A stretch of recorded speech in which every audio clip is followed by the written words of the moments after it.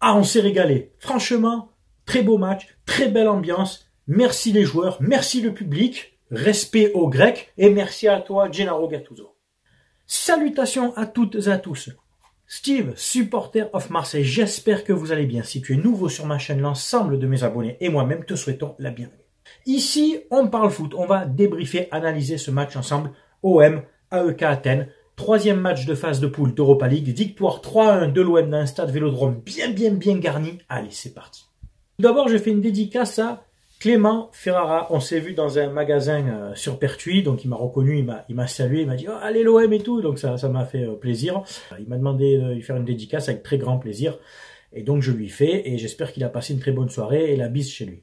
Alors tout d'abord, l'ambiance, stade plein, les virages pleins. Je te mets les tifos ici. Il y avait un très beau tifo au virage sud, fait par les Ultras et les South Winners, qui représentait un supporter de l'OM et un supporter de l'AEK ensemble, puisque, vous le savez, je ne vous l'apprends rien, il y a une entente, une amitié depuis plus de 30 ans entre les Ultras, le CU84 et les Original 21 de l'AEK Athènes. Donc voilà, il y a toujours des messages dans les tribunes en Grèce, quand les Grecs de l'AEK jouent par exemple une équipe française, notamment contre le PSG, et inversement pareil, quand on joue l'Olympiakos ou le Panathinaikos, il y a toujours un mot des Marseillais pour l'AEK pour chambrer l'autre équipe grecque. Donc voilà, ça s'est très bien passé en ville à Marseille, ça s'est très bien passé. Donc voilà, très beau message lancé par le mouvement ultra marseillais grec. On peut être ultra et les choses peuvent bien se passer. Ultra ne veut pas dire hooligan, voilà. Ultra ne veut pas dire criminel, tu le sais, je défends le mouvement ultra, donc voilà, c'était vraiment une très belle ambiance. On attaque le match, la compo, donc que Gennaro Gattuso nous a proposé. Blanco dans les buts, puisque Lopez était toujours blessé. Lodi à gauche, Klose à droite. La défense centrale Mbemba, Balerdi. Kondogbia en 6. Rongier, Verretou un peu plus haut. Ndiaye, Vitinha en pointe et Harit sur le côté. Harit qui était en hecton libre avec Ndiaye, des fois il permutait, donc c'était très bien. Bon, 4-3-3, des fois 4-2-3-1. De l'animation, surtout de l'animation. Défensivement, on a été très costaud. On a été très bon, notamment, il faut encore le signaler, il faut encore le souligner, un très bon match de Leonardo Balerdi qui a récupéré énormément de ballons, autant que Mbemba aussi, mais surtout la relance passée énormément par Balerdi. Balerdi en patron qu'on a vu plusieurs fois replacer ses joueurs. Ça fait plusieurs matchs que Balerdi est en confiance, qu'il fait de très bons matchs. Ça fait 2 ans que moi je le soutiens. Je suis un des seuls, pour pas dire le seul, youtubeur marseillais à le soutenir, parce que j'avais vu des qualités en lui, même s'il y avait des fois beaucoup de bourdes, d'erreurs personnelles qui nous coûtaient des buts, mais c'était des erreurs de manque de concentration. Je maintiens que ce joueur a un réel potentiel de très bon défenseur. Il a fait un très gros match, remplacé à 10 minutes de la fin par Meïté en défense centrale. Les latéraux ont été très bons aussi. Les latéraux, Klose ou Lodi, ont fait un très gros match. Offensivement, ils ont tous les deux été précieux. À tour de rôle, le jeu pouvait basculer à gauche ou à droite. Klose qui a donné d'excellents ballons, notamment à Sarr, notamment sur le but de Vitinha en première mi-temps. Lodi, pareil, qui a provoqué un penalty, qui a été à l'origine de beaucoup d'occasions aussi. Un match plein pour moi des deux latéraux. Kondogbia en 6, on a retrouvé le Kondogbia qu'on connaissait. C'est peut-être pas encore le Kondogbia de Monaco, mais on s'y rapproche. Et surtout un Kondogbia qui a failli être buteur et qui a énormément orienté le jeu.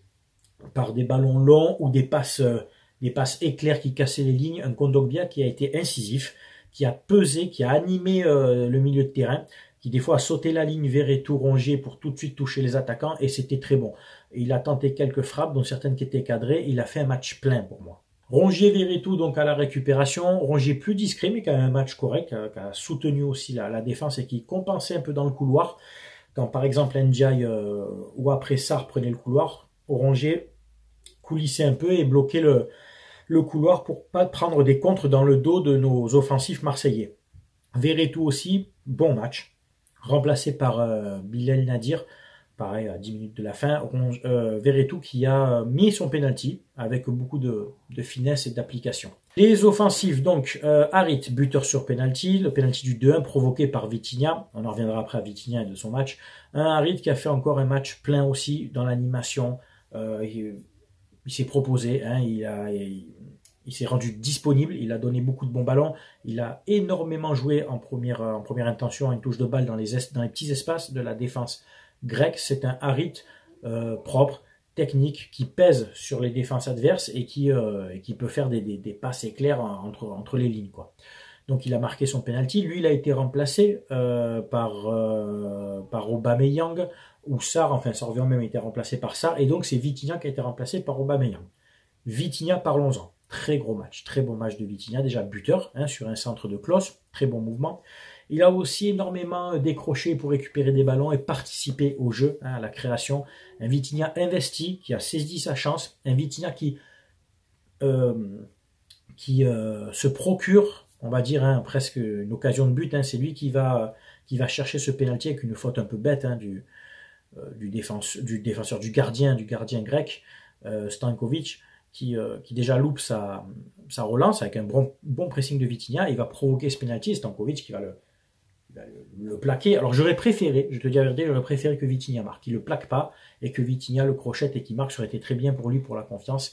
Mais voilà, on peut dire que c'est quasiment un but et demi pour lui parce que c'est lui qui provoque le penalty et il a été remplacé par Aubameyang à pareil un quart d'heure de la fin. La rentrée d'Aubameyang, là elle était bonne. Tu vois, tu as joué qu'un quart d'heure. Le match de Nice a dû te faire gamberger, Pierre-Emerick, parce que là on t'a senti plus vif. Voilà, c'est plus frais et surtout tu as failli marquer aussi avec une belle frappe du gauche. Alors, tu mets des frappes du gauche puissantes à 15 mètres et quand tu es à 10 mètres des buts, tu fais des piqués dégueulasses. Parce que franchement, ce match à Nice, pour moi, on devait avoir les 3 points. On méritait de gagner. Et là, franchement, on mérite amplement de gagner, même si on a joué à 11 contre 10 une bonne partie du match, mais on a complètement dominé cette équipe grecque. D'accord? Belle équipe, d'accord, mais on les a dominés. Pour les entrants, j'ai oublié personne. Murillo a remplacé Klose. C'est à peu près, voilà, j'ai annoncé tous les entrants qui ont pour moi tous fait une bonne entrée. Murillo, Meïté, même le petit Nadir. Alors, parlons-en du petit Nadir qui a failli marquer. Alors, Sarr se fait refuser un but. On va en parler de ce but refusé, Sarr, pour un hors-jeu de... Mais en fait, un hors-jeu de quoi? Pour moi, il n'y a pas hors-jeu, il est sur la même ligne. C'est nul d'annuler un but comme ça, c'est 0. Honnêtement, nous, demain, on prend un but comme ça, on me dit, il n'y a pas hors-jeu, je ne crie pas au scandale. Ça ne va pas dans le sens du jeu, c'est 0.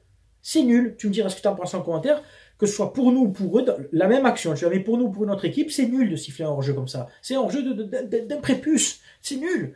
Et la VAR est consultée. Par contre, la frappe du petit Nadir sur un très bon mouvement initié, enfin la passe après elle est de Ndiaye, parce qu'Ndiaye a fait quand même un très très bon match. Il faut en parler d'Ndiaye, de son match. Nadir qui sans première touche, en première intention, qui met un enroulé pied gauche qui partait en lucarne, on le voit quand même, ça se voit que c'est dévié. L'arbitre de terrain ne le voit pas, mais ça se voit que c'est dévié quand même. Et la VAR ne revient jamais sur les corners, mais c'est flagrant. Et je me demande si c'est même pas un peu dévié par le bras. Alors tu nous refuses un but sur hors-jeu qui est pour moi imaginaire, mais là, je suis désolé, mais il y a limite pénalty si c'est dévié par le bras, mais c'est au moins corner. C'est nul cette VAR qui ne revient pas sur les corners. Pourquoi? C'est un fait de jeu.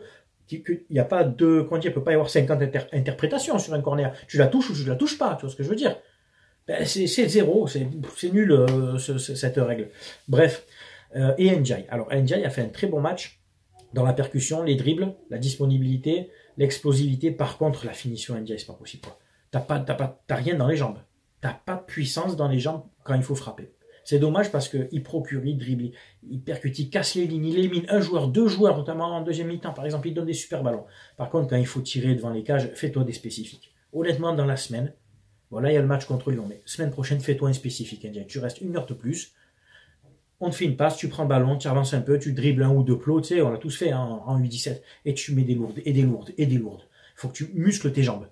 Travaille tes mollets, je n'ai pas fait d'exercice sur le mollet, sur les ischios, sur l'explosivité, sur, tu sais, soulever des poids par tes jambes, parce que tu n'as pas de puissance dans les jambes. Pour dribbler, oui, tu es léger, petit oiseau. Par contre, pour frapper, il n'y a rien. Voilà. Bref. On a 5 points en 3 matchs. En attendant le match de Brighton contre l'Ajax qui se joue à 21h, actuellement au moment où je te fais le débrief, on est premier avant le match retour en Grèce, qui sera pas facile. Je suis content parce qu'on mérite cette victoire. Bon, il y a eu du jeu, il y a eu de l'animation. Gattuso a fait un super coaching. Et avant de recevoir Lyon, alors je vais vous dire, là si on joue comme ça contre Lyon, on leur maintient la tête sous l'eau et on tire la chasse. Je veux une belle victoire contre Lyon. Il faut les enfoncer. Il est interdit de réveiller les morts, tu as compris. Il faut les enfoncer.